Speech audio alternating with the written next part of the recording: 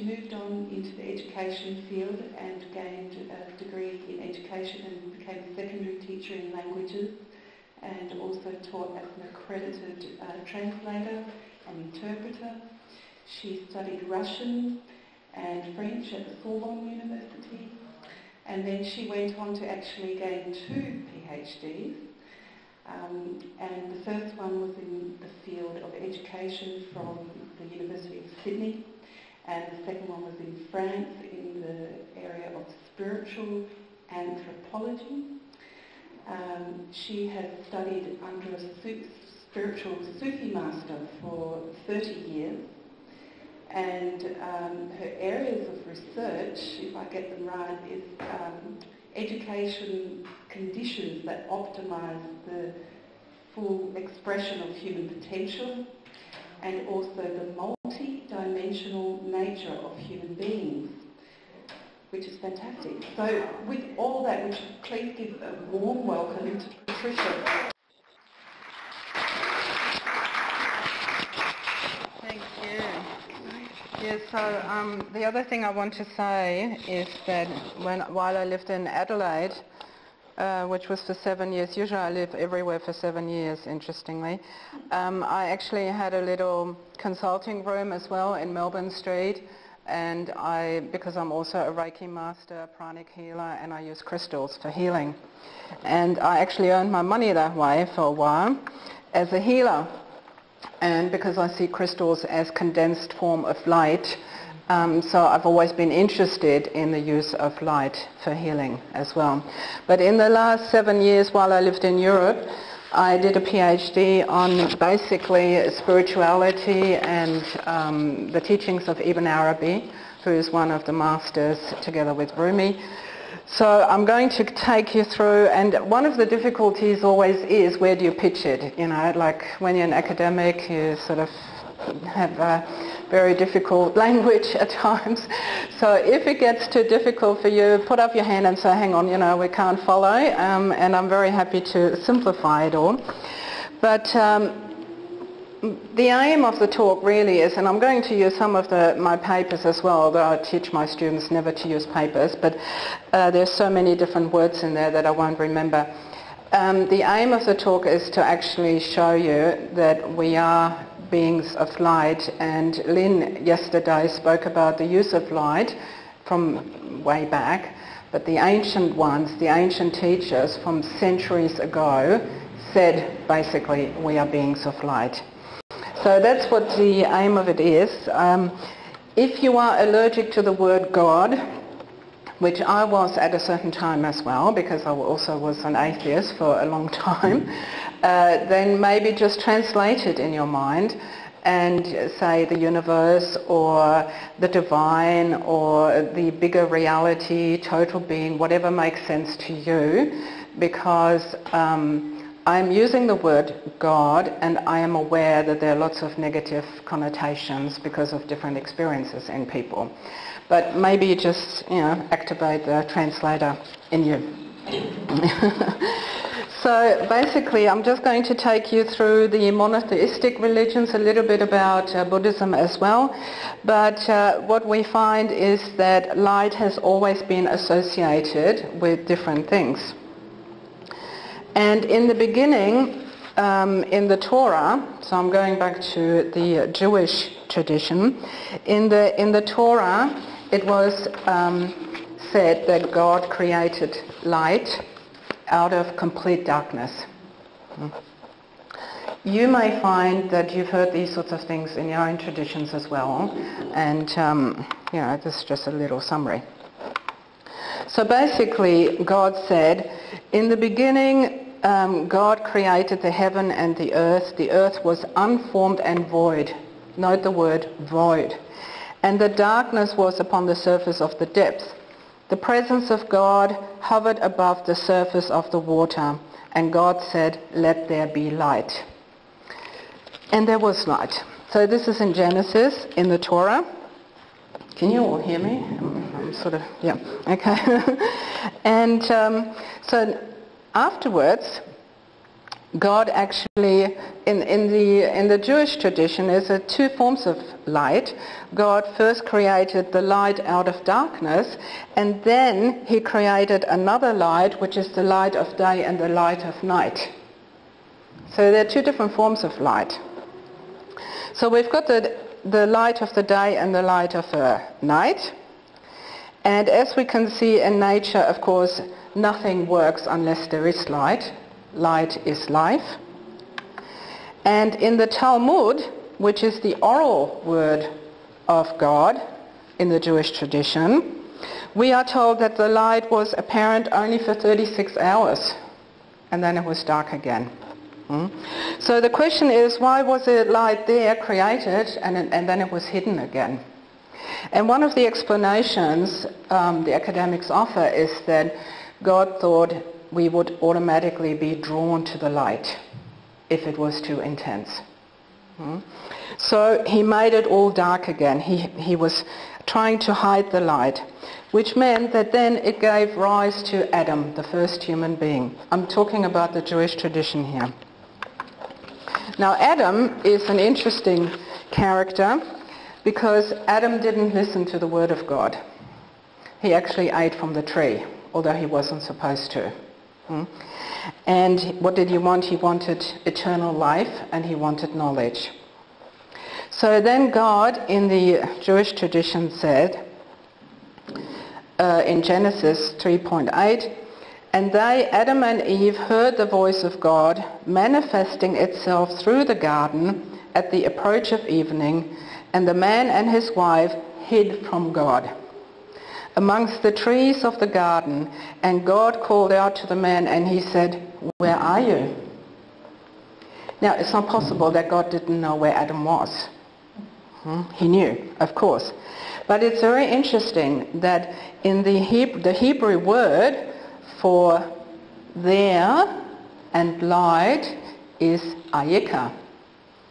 And ayeka, so God says, ayeka, where are you? Where are you hiding? As we will see, ayeka means you, there, light, is something that shows that God actually wanted a very close relationship to Adam, but Adam, by being disobedient, was then hiding the light.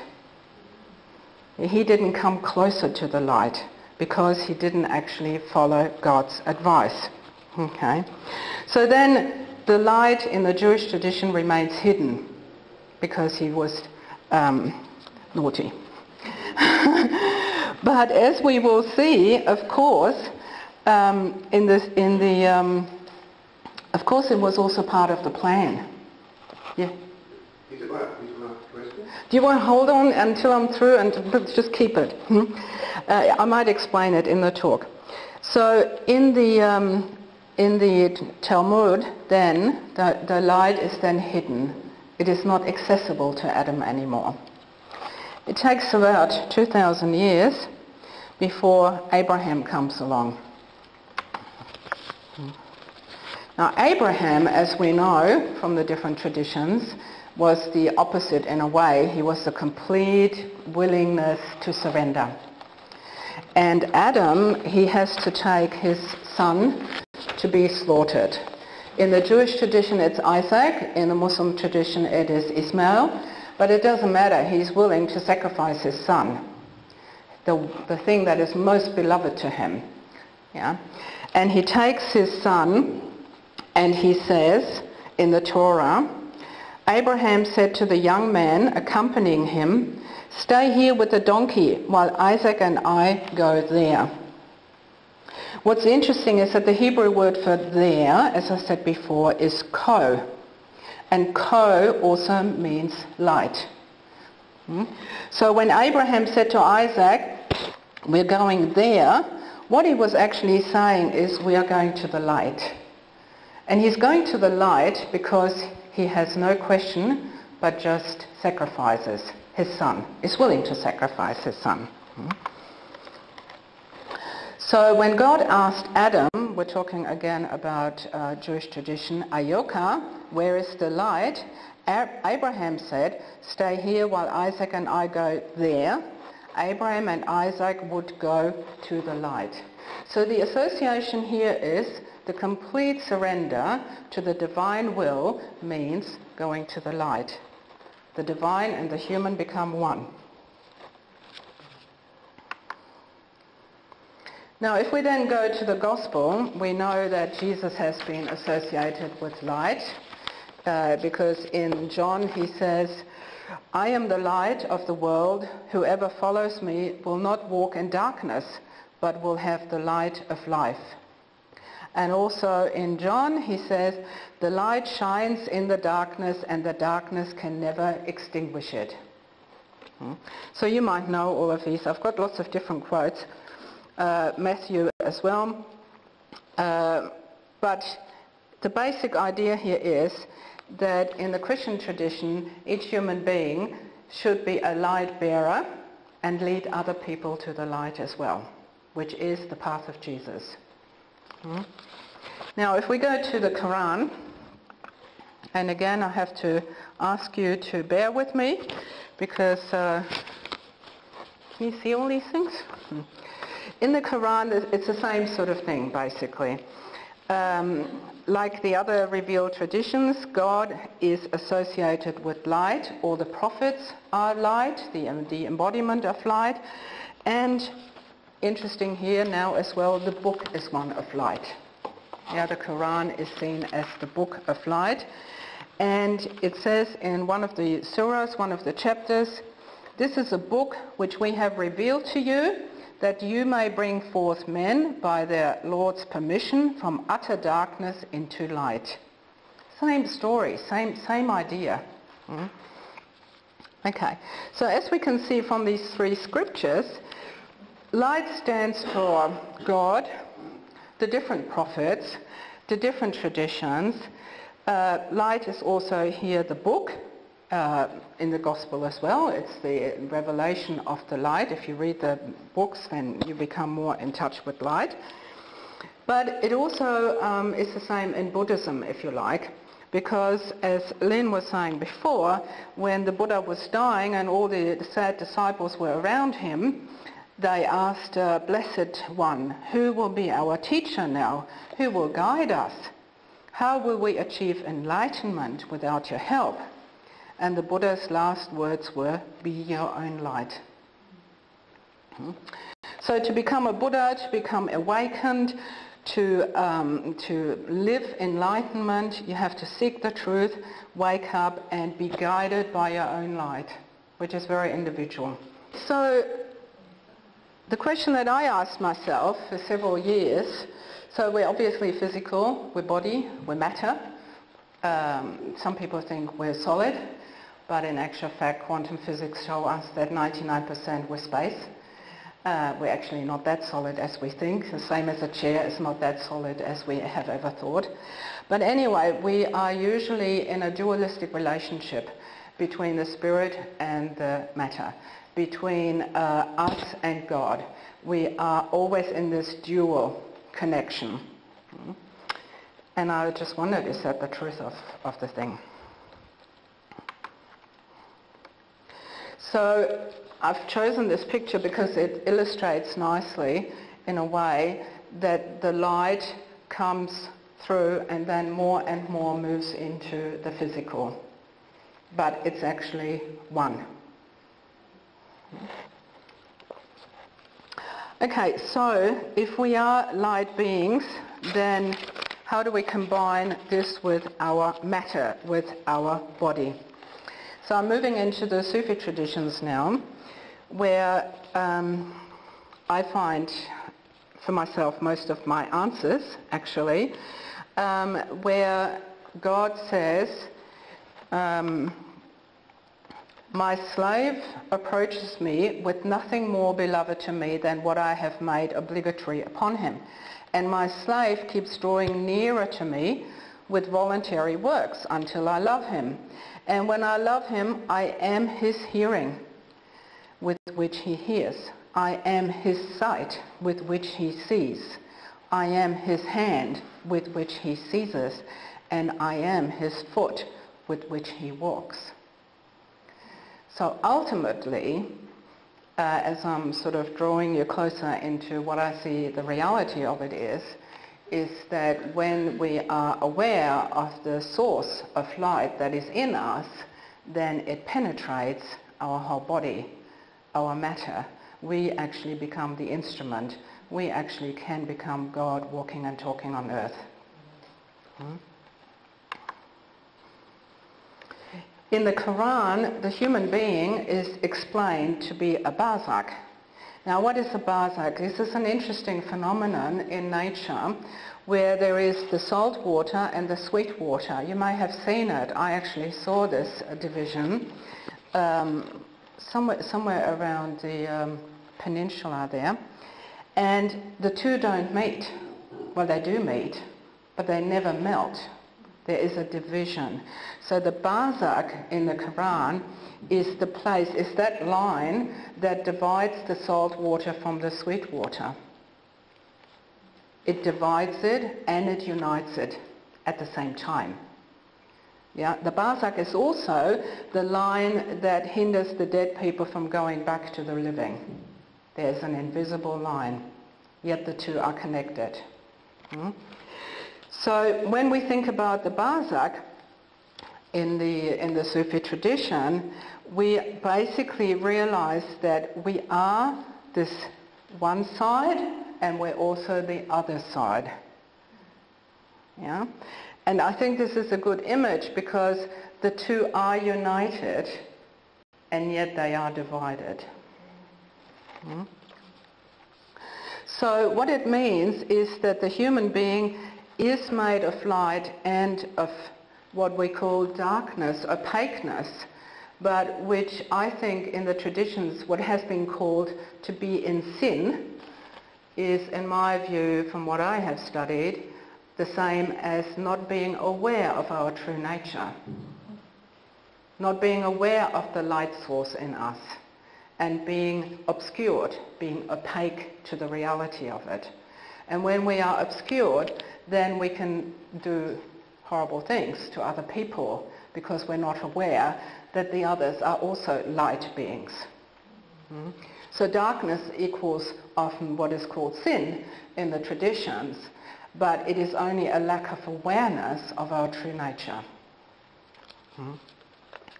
So in the Sufi tradition, again, but it's not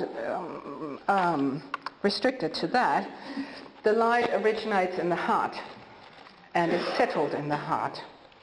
And I don't mean the physical heart, but the spiritual heart, which sometimes we also see as the soul.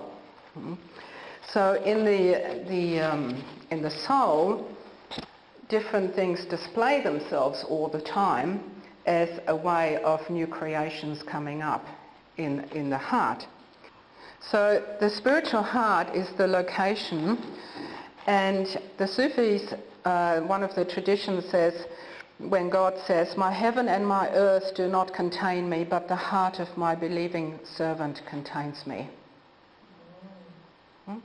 So it is the heart, it is our soul, it is the human soul that can actually contain the divine and express the divine.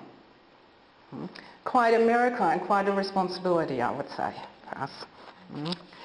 So why do we have this human heart that I think is the organ of light, from my studies, that protects the light but also is there to express the light on earth?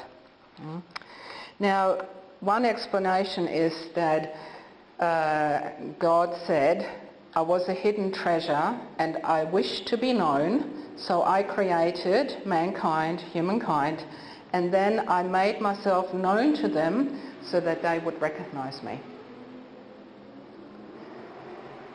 This is quite a stretch for a lot of people, but basically what it says is that when this big void was there, this big darkness was there, and before God gave the order, create light, be, The idea was that God was an ultimate narcissist who wanted to be seen.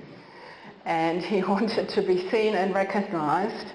The divine wanted to display itself and be recognized through us. And it is only the human soul who can do that. Because in the Sufi tradition, we are higher than the angels. Why are we higher than the angels? The angels can only express the transcendent names of God. The angels can only be good. The angels can only serve God. But we need to make that choice. And we have more access to all the different expressions of being on earth. And therefore, we are actually in a higher position in the Sufi tradition. We're in a higher position because when we are good, it's by choice.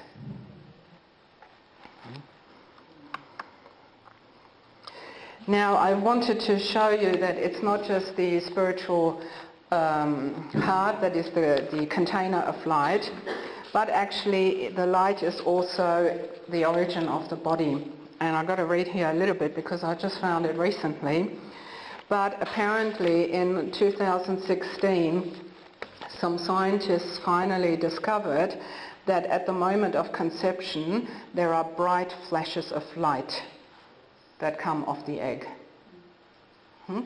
So the Professor Woodruff from Northwestern University said, to see the zinc radiate out in a burst from each human egg was just breathtaking.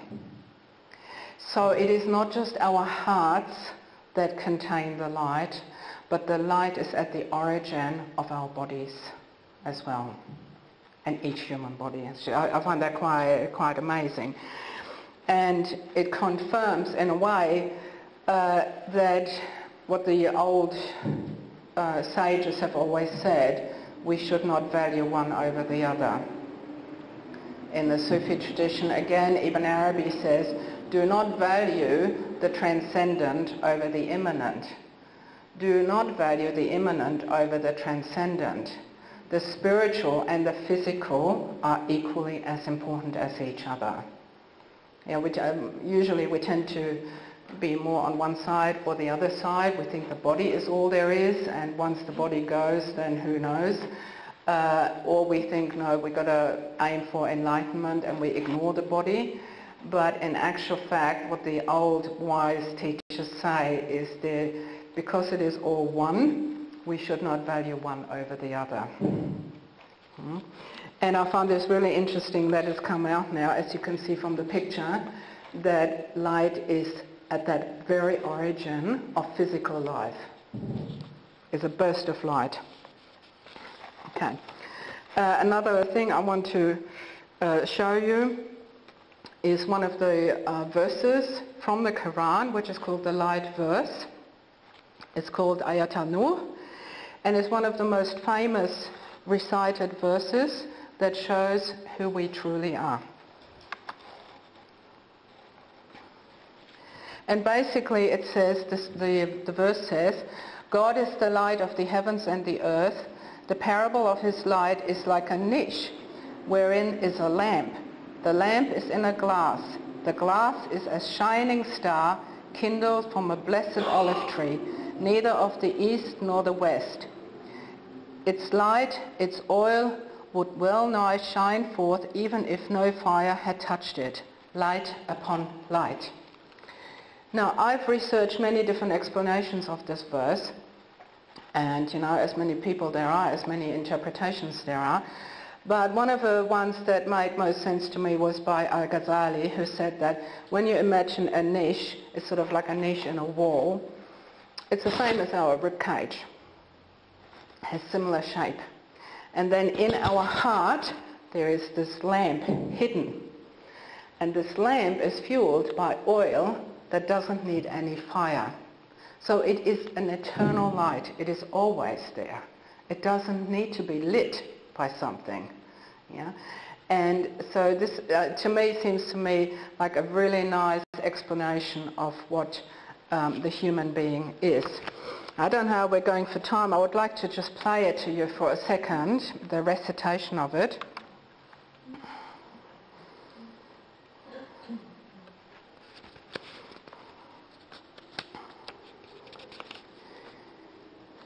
Just a couple of seconds.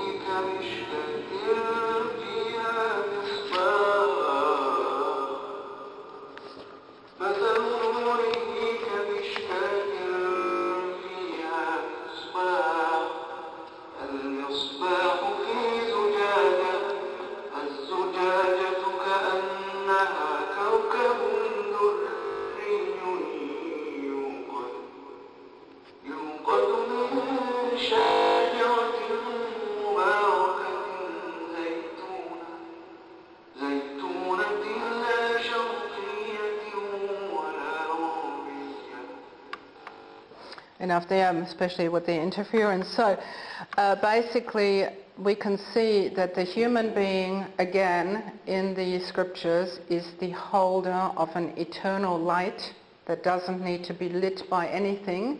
It is just a given. And it is kept inside of us. Are you still with me? Yes. Okay, good. What does this mean, basically? What does this mean for us? So in most spiritual traditions, esoteric traditions, we are seen as a light witness. We need to witness the light. We are the container in which the divine force can see himself.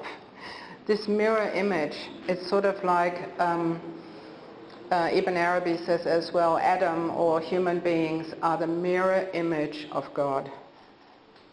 We're looking into the mirror, and if we look into the mirror deep enough, we can see our divinity inside of us. And when we recognize the divinity inside of us, the light, the eternal light inside of us, then God recognizes himself in us. So the change, if you like, is that God needs us,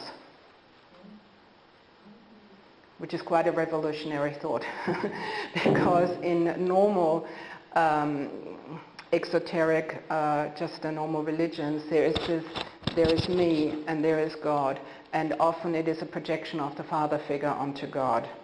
It's been proven, depending on what relationship we had with our father, our parents, is how we often think of God. But in reality, what happens is the two are actually one, and one is the mirror of the other, and one can see himself in the other. Quite a revolutionary idea. I won't go into the zikr unless we have time, how the light and energy is created in the Sufi tradition. I can show you this later if we still have time. But what I want to say as well is that in the traditions it is said that creation is basically like every moment. We see ourselves as being past, present and future. But in reality, inside us is like from every one moment to another creation. And then it goes back again, and then it comes out again, and it goes back again. So if you imagine it, it's like a film, and this film has all the different frames. But between the different pictures, there is a little black spot. And so there is this creation, non-creation, creation, non-creation. This is how the Sufis say it really happens. You think that you are an ongoing entity, but in actual fact, every second you're created new from that spiritual perspective. Now, that means, and I've just lost my thing, doesn't matter. Maybe it's time to let it go. That means that if we truly own up to our responsibility, we need to be aware that we are God walking, talking on earth. And in terms of the light therapies, what I thought about in the last few days, when that light hits that essence that is at the core of us, that makes a lot more sense, because it would, like light combined with light, that is really who we truly are, and therefore create a completely new set of circumstances rather than just anything that treats the physical. To me, what is so interesting about this, because as I said, I used to work with the crystals, what is so interesting about this is that through the light you actually connect to the essence of the human being rather than just the surface.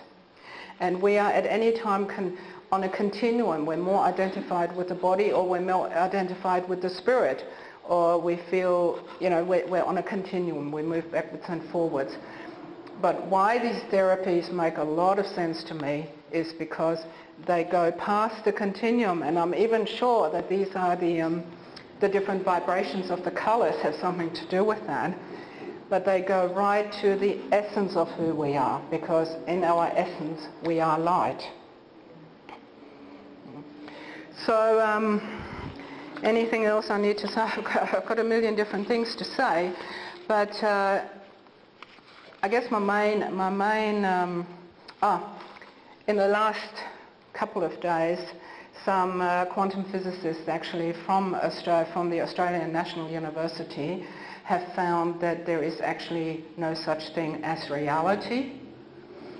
It's only what we observe that creates reality. And they've proven it with the atoms and different, the quantum physicists are now coming closer to proving what the mystics have said centuries ago. So the science is now catching up with these teachings, which are based on practical experiences by Sufi teachers or Buddhists, you name it, Taoists, whatever. They've all talked about the same thing, but the scientists are now catching up and saying this is true, this is how reality is. Reality depends on the observer, nothing else. So my final message, I guess, and then I'll be happy to answer some questions if you like. We are light and matter. We are the Barzak. We are both. And I think it is important to inquire into our hearts to see where we are at this moment. Are we connected with this light, or are we further away from this light? And to be aware of our enormous privilege as human beings, because we are the holder of the divine light more than anything else, because we have free choice, free will. So that responsibility, but also enormous privilege and gift that we are on earth as these light beings incarnated in a body, I think deserves an attitude of gratitude that we have this opportunity to be walking and talking as light on earth. So I'm happy to answer some questions if you like.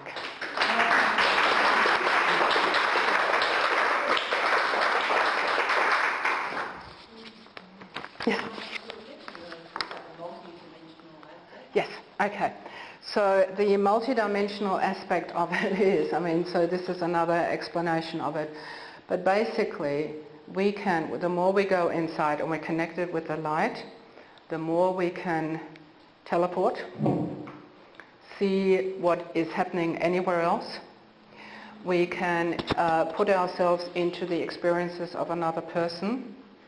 We can shapeshift. We are so gifted with all these different dimensions when we become aware of it. I was talking yesterday to someone that I drove home, and this is another interest of mine. I've done past life regressions as well, and I then worked with Michael Newton's students to see what happens between lives, life between lives. And I saw my soul as a blue fluid entity that revised what I had done in my previous life before deciding to incarnate again to learn the next lessons on earth. This is who we are. We're not just this physical body. We are in very many different dimensions, and we can be in them at the same time. We can be unilocal, we can be multilocal, and the soul is like an incredible shapeshifter, and it can take on any form at any time. So from my own experience, I know that we can, as a soul, access many, many different layers, many different dimensions, basically at will, or through some techniques, like I went into hypnosis and trance, but I accessed these dimensions.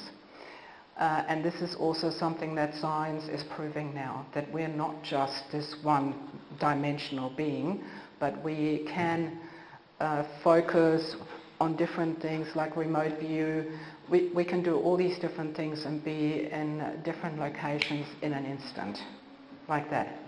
And we are now moving into transhumanism. Transhumanism means we are now so attached to our smartphones, they become like an extension, and then sooner or later we're going to have a chip in us, so that we don't even need a smartphone or a smart card or a smart whatever, which is really a dumb phone and a dumb card and a dumb TV, but we call it smart. And the transhumanists are saying sooner or later humans and artificial intelligence will become one. It's going that way, right? And I saw that in America, for instance, there's a group of young people who actually asked for the chip being put into the hand so they can buy their drinks in the New York bar like that, and no one can steal their credit card. So this is going to happen. This transhumanism, the mixture between human and artificial intelligence. Now, if you've seen the recent developments of Sophia the robot, who is perfectly capable of responding to any question that you have. She's actually we say she, but it's a robot. She's become a Saudi Arabian citizen, and so she is leading the way into making us accept that these creatures that have been created by us are actually a lot more intelligent than we are. This could potentially lead to disaster because they can become killer robots. But what they don't have is the human soul. They don't have the human soul. They might be more intelligent. They might be able to jump and do all sorts of things. But what we must not forget is they don't have emotions and they don't have a human soul. And we should not voluntarily make ourselves into a mixture of, like a transhuman, a mixture of human and robot. But I see the danger as well. I have two questions. Yes. Just to lead off that one, does that mean that these transhumans are not of light, in your view? I think if you are ready to be chipped, then you've given up part of your light. I would say completely. You might still be able to love someone. You might still be able to care for your kids or whatever and have this human light in you. You might still cry at your father's funeral. I don't know. But to be ready to become a machine means there's a lot of darkness. Yeah, so it can't be of light. Yeah, it's very reduced, very dim light. I mean, there are some philosophers who say even Hitler had light. Yeah, but it was so far outside of him that he couldn't access that light anymore. But so, that's how I look at it too. That's how you can explain a lot of evil. Yes. Just on another subject, I'm interested in your Ph.D. on education. Can you just summarise what your direction So officially I did something called the Silent Way, which is a teaching methodology that uses a lot of colours to teach pronunciation and word formation, etc., etc. And I was interested in it because when I was little, I didn't speak. And they wanted to put me in a school for handicapped kids. I thought I was dumb, and yet I knew that I knew so much, but I just refused to speak, And thankfully, my mother took me to a homeopath who actually observed me for a while and said, look, she's highly intelligent, she's just too lazy to talk. Right? And then my mother was told to sing everything with me. And she sang every sentence with me, and I could express everything in singing, but I couldn't express it in normal language. And then bit by bit she reduced the pitch, and then I could actually speak. And I've been a student of languages ever since, because my first experience was that people don't understand me, people just don't get me, so I need to learn another language. Okay, so then when I did the PhD, I thought there are so many kids in schools who get left by the wayside because they don't fit into that mental prison, if you like.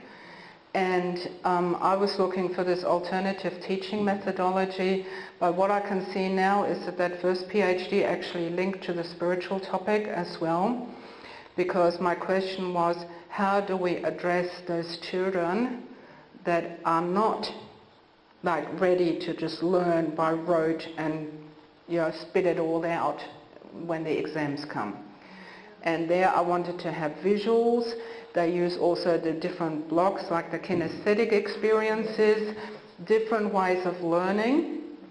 And then I wrote this paper on flow in education. How do we create flow so that people move from positive experiences to another positive experience and they want to learn, but they're not forced and they're not labelled like I was labelled. So it's all about alternative teaching methodologies and the creation of flow in the classroom. It links to Csikszentmihalyi, the one who did research on optimal experiences in human beings. So it's not so much about the methodology, it's about the philosophy behind it. How do we address all children and bring the best out of them so they can reach their potential? Is there access to your work? Yeah, finally I got around to publishing it. It's available. I published a book on it, the flow experience, or flow in education, or something like that. I can give you the reference. Yeah. You mentioned multi-dimensionalism. Yes. Can that explain intuition? Yes. Especially when dealing with somebody else in your treatment group. Yes. So I'm not talking about intuition about myself, but more something that comes to me from somewhere else. I don't know how it does. Yes. So I teach English there in Perth, and they're just, it's just a job, okay? But to give you an example, the student walks in and I say, "You're pregnant." And she's like, "What? No. Had sex with my boyfriend like twice in 8 weeks. No way. Impossible." I say, you better go and you have a pregnancy test. Turns out she's pregnant. It's like an immediate knowing that comes through. You don't even know where it comes from. And the intellect often says, this cannot be the case. This is impossible, But something just knows. And that's when that I'm not saying I'm always like this. Often I run around, I don't know where the grocery store is. But when it happens, I think myself, where did that come from? No idea. But that means in that moment, as far as I can see, you're multidimensional and you have access to these different dimensions. And so you become the perfect conduit for a message that is really important for that person.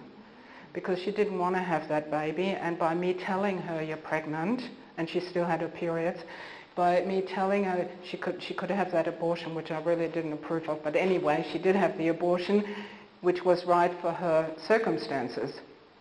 And it was almost like, zoom, there it is, and the mind says, this does not compute, this does not compute.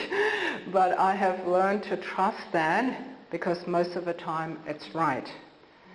And that's when I think the channels are just open and you are used as a divine instrument, as a multidimensional human being that we all really are, but we don't often appreciate it or value it, or we don't trust it.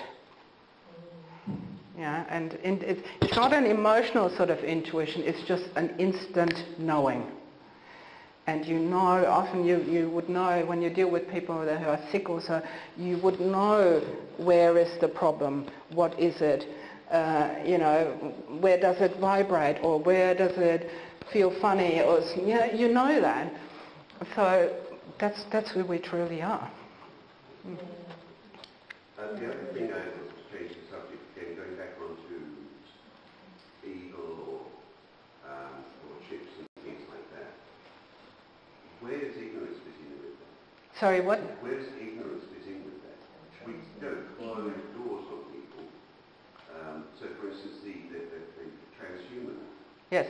She's not aware of their light. No. Right? They don't realise what they're doing. Yes. But it doesn't cut them off from the light. Yes. Hitler believed wholly and solely what he was doing. That's right. Or what say horrific things they did. Yes. But they believed in them. Yes. There is hardly any conscious evil. Yeah, right. I think evil is unconscious. If somebody is really conscious of who they are and who other people are, they cannot commit evil. But evil, as far as I can see, and the philosophers say that evil is always unaware and unconscious. So I just answer with Ibn Arabi basically because he's my hero, but Ibn Arabi says eventually everyone will end up in paradise. Yeah. Well, I believe that if the light is that love, Yes. it has to be that. Yes. Because the fundamental truth of it is the love and the light and the goodness. But when I had that session, for instance, that Life Between Life session, there was a whole group of people there who asked me, so what did you learn this last lifetime? What do you need to still learn the next one? Yeah. So this is a school. Earth is a school. And eventually everybody will move through their karmic cycles and come out into enlightenment. That's my fundamental belief. So different people are at different stages of what they need to learn, but by maybe coming back the next time and learning, by being in the opposite position, like being then the one who's tortured rather than the one who has tortured, they're learning the lesson. So there is, I do believe that in the end we will all end up in paradise, enlightened, just different stages. Because I also believe that to hate people for their evil is as bad as what they're doing. Because they know I have a choice to hate. Yeah. But they don't have a choice because they're doing what they're doing. Exactly. Exactly. And we may have been that person many centuries before ourselves. But if we can still love them, if we can still give light to them, maybe that is a chance to wake something up.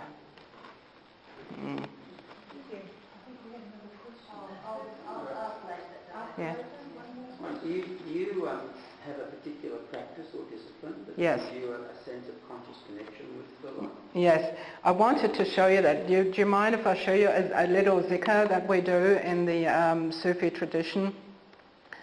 So there are two practices. One is an inquiry that I do, like what is going on with me now? And what is going on with me now? And what am I aware of now? And it's a constant revelation. Yeah, so this method is called inquiry, where you just become aware of what is going on in your heart and find out everything about that, the multifacetedness of it. But the other thing as being a Sufi, because I became a Sufi in 1989, when I was living in Melbourne. I was basically an atheist, but I thought, oh my God, this doesn't make sense. Life doesn't make sense. And then I started traveling around the world. No one knew where I was. And finally ended up in Konya visiting the tomb of Rumi. And from there things moved on, which, I ended up with a Sufi teacher in Turkey. And the Sufi teacher then taught me the zikr. And the zikr is a form of remembrance of one of the names of God. You get given the name of God, and you need to repeat that name until you reach another level of awareness. There are 99 names in the Sufi tradition, but actually there are endless number of names. And when you do the zikr, and I'll just show you this, you produce light.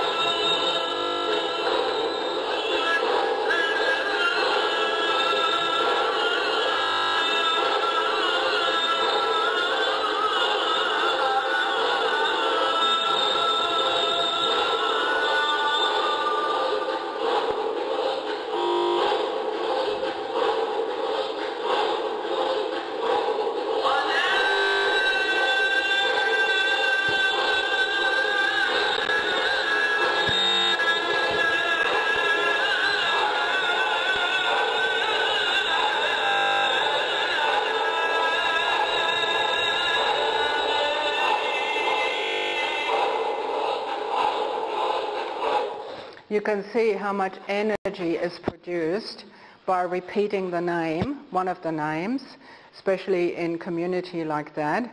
It clarifies the heart of anything else but God, because we use the name Allah because there's no plural for God. I mean, in English we say God or gods, but when you say Allah, there's just no plural. It's always all is one.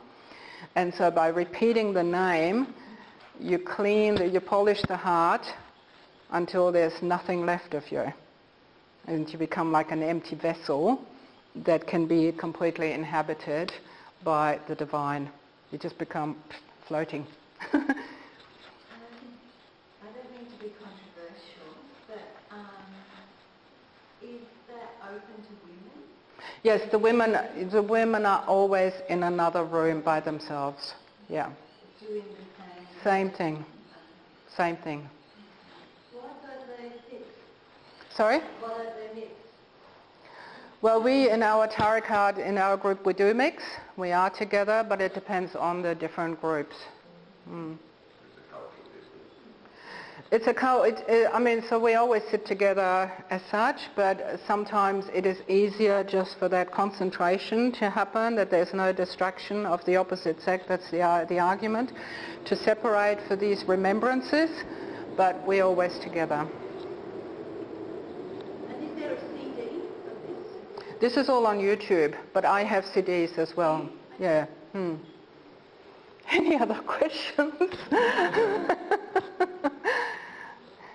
You can talk to me afterwards as well. So I hope I showed that we are really light beings walking and talking on earth.